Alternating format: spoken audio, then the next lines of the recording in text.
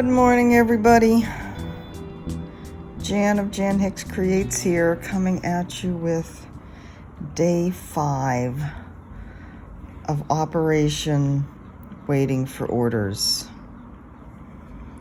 And if my voice sounds a little dispirited this morning, that's because it is. I guess I don't know. Maybe it's just that we know more about the process than we did before, and it's just depressing. So, and Mike is home here today. He took the day off, so if he pipes in, that's who it is, which he may, because he may need to correct me. Blah. Hopefully not without swear words, though. He tried to get them out of his system before I turned on the video. So, yesterday, well, first let me talk about what I'm working on here. Today's new start is Cottage Garden Samplings, Promise of Spring, from the Songbirds Garden series. So we have our robin. Spring is my favorite season. Hope seemed to be an appropriate theme for what we're going through this week. And I guess we're still hopeful. He just threw his hands up in the air. So, yesterday we found out, he got an email from the HR department back in Maryland that, I guess, was it supposed to be it wasn't really apologetic. No, and I didn't get it. It was actually forwarded to me from our... from the next level up. The division. So they're making, or the review process. Well, I guess the first thing is the nomination letter, statement, whatever it is that came here to say that yes, he has been nominated for the position, which is what is supposed to kick off the official PCS processing. That was a mistake. Whoops. So the 3 phone calls that he made that said, yes, the SPF is done and they'll get it sent, were a mistake. The 4th one that said it still needed to be reviewed, that was the accurate one. And at this point, they have to review it to see if they can make a reasonable accommodation to release the funds for the PCS? Well, curtailing is a reasonable accommodation, which means they're not obligated to do it. And I kind of get that. And then they have to see, if there's funding available, because it's unprogrammed money that they didn't already have. Right, set up. Of course. I have to. But isn't every PCS though unprogrammed money? Because you don't know who's going to apply for what. Well, I mean, they can forecast a lot of them because they know, because they know when billets are going to be coming out to a certain extent. But yeah, I thought that was kind of a hokey, yeah, a hokey excuse. And we're trying to keep in mind that he does know several other people that have curtailed from various positions, and they're the PCS goes through eventually. Some longer than others. So hopefully this is just the standard paperwork process that has to happen. And we understand about the money thing. We're not arguing that. I guess our disappointment and frustration is it's been 3 months already, and we're just now getting to this point. We're just now finding out that, oh, yeah, you could be turned down for this. And that, and the fact that we were told that, the nomination statement had come through. I guess they also said in this email that, we understand that Mr. Hicks has this familial concern with his parents, but he could just take sick leave to go to help them. Well, that's not really the issue. The issue is... I don't have enough sick leave to cover the next 3 years. Yeah. Yeah, the issue is we want to be closer to them, so should anything happen, we can get to them quickly, since he is an only child. That was also just one issue. And then that's just one of the issues. You know, that the reasons why we want to get off the island. So, yeah, yesterday was just another rather disappointing news, frustrating day to continue this whole process. I'd add more, but it would be bleeped out. Yeah, yeah. I think it's pretty clear how we feel at this point. And this is, you know, as frustrating as the move coming out here was, because it did take so long, I don't think we felt this bad about it. Oh, no. I mean, at least we knew that was going to happen eventually. This is just like now, like you said, we don't really believe it's going to be turned down. And if it is, there are certainly mission reasons that hopefully the higher ups in the gaining organization will play in and or will weigh in and offer more justification. But the frustration is real. So yeah, day 5. I may have to add back to my pile some of the things I took away. But I am still having fun with this, so this is helping. I got a lot done on my project yesterday, in between all the videos. Today I am just going to be working on the word hope, and if I get that done,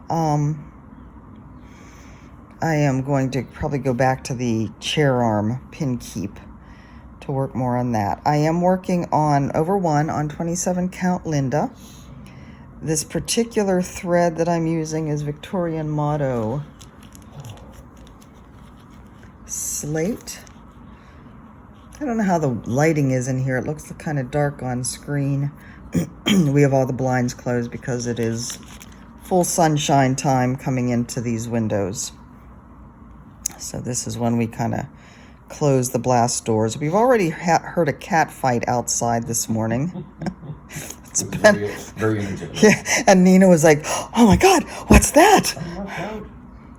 I don't think she was really worried about being left out. But anyway, so where are we? I have a floss tube video to do today as well. I'm going to try and put this down here so you don't see my very colorful PJ bottoms that I have on. Yes, I'm still in my PJs because that's how I roll. It is, let's see, 7:57 a.m. on Tuesday, March 3rd, 65 degrees and sunny, going up to a beautiful, oh, get back here. Going up to a beautiful, oh, it's saying 78 now. It's going to be a warm one. The sun hasn't actually shone like this for about a week. We've had pretty much rain. So this was yesterday's new start, seasonal sun sign. I am doing this over 1 on probably a 25 count. No label on this one. Love it. I got a lot done on this yesterday. Absolutely love it. I did not get out the colors for the sun that goes in here. That piece. I'll wait on that. But I'm kind of pleased. Now, like I said, I did work on it quite a chunk yesterday. But I'm really pleased with how much I got done. And it's so, I mean, it's so sweet over 1. Such a cute little piece. Isn't that cute? It is very cute. Look how pretty that is. All the pretty green swirls. It's very pretty. He's not nearly as impressed with it as I am. Tomorrow's start, and you get a little preview of some fabric. And again, I don't know, excuse me, I don't know what the light is like. So tomorrow I'm going to start this gorgeous bell pull. This has been calling me the entire time, and I am excited to start it. This is from an old magazine that I tore out many moons ago. It is, let's cover up the chart, Autumn 1997 from the Needleworker. And you know, part of me just wants to say, I'm just going to work on this the rest of the time and see how much I can get done, because it is gorgeous. So, fabric.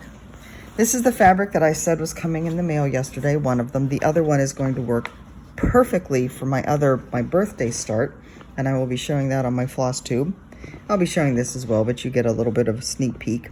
40 count Tyco by Picture This Plus.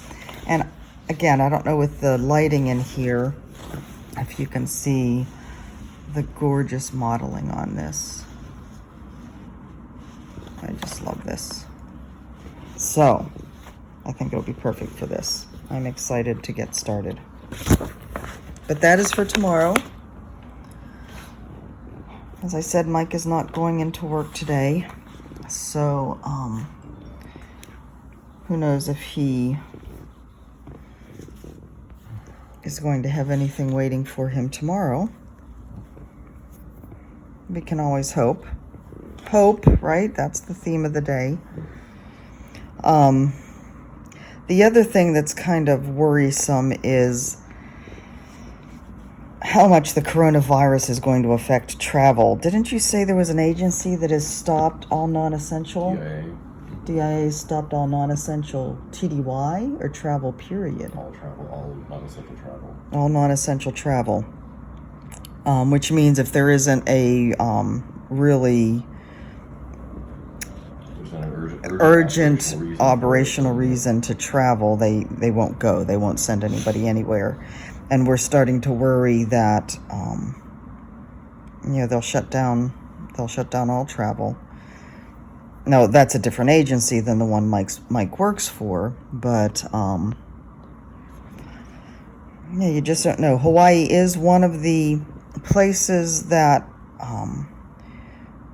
it's one of the airports. Honolulu is one of the airports that's been designated for coronavirus travelers to come and be quarantined. There is a quarantine station here. None have come here yet. They've either gone to California or San Antonio, which is just such a lovely thought. A headline came in today that they are releasing, there's been 120 people quarantined at Lackland Air Force Base in San Antonio. I think it was from one of the cruise ships off of Japan. Some of them went to California, some of them came to San Antonio.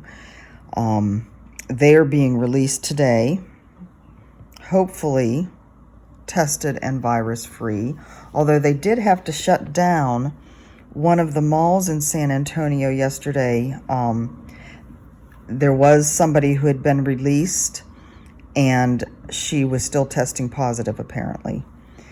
And she had gone a couple different places, and the one place that they knew she went to was the North Star Mall. So they actually shut down the mall totally yesterday to give it a deep cleaning. Now, they did open it up again today.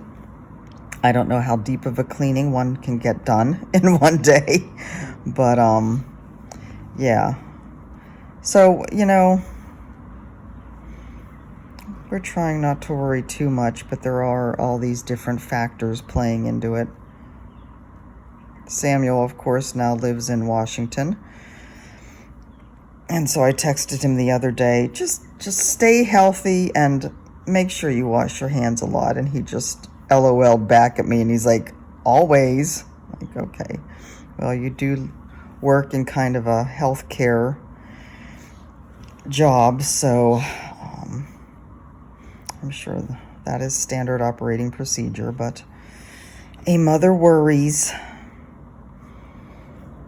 And of course, Ben works at a restaurant and goes to all these music festivals, but they are both young and healthy, so I don't really worry about them a whole lot. All right, so that E is almost done. I need to jump back down there to the bottom.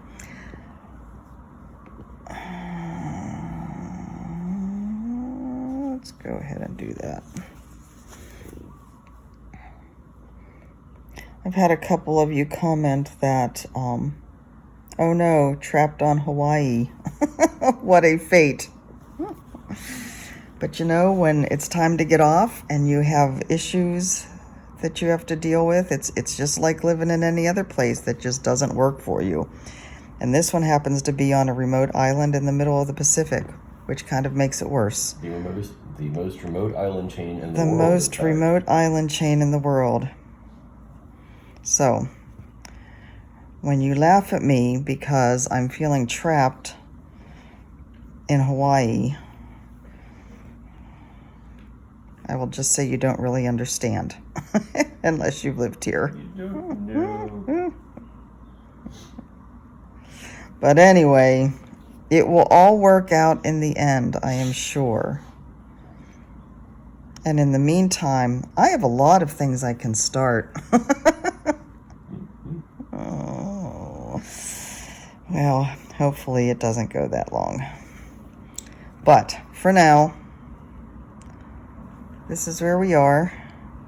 I am going to sign off of this one, and I will be back tomorrow with no news because, like I said, Mike is staying home. But that isn't going to stop me from starting something new. So until then, I will see you on my floss tube video, and I will talk to you soon. Bye-bye.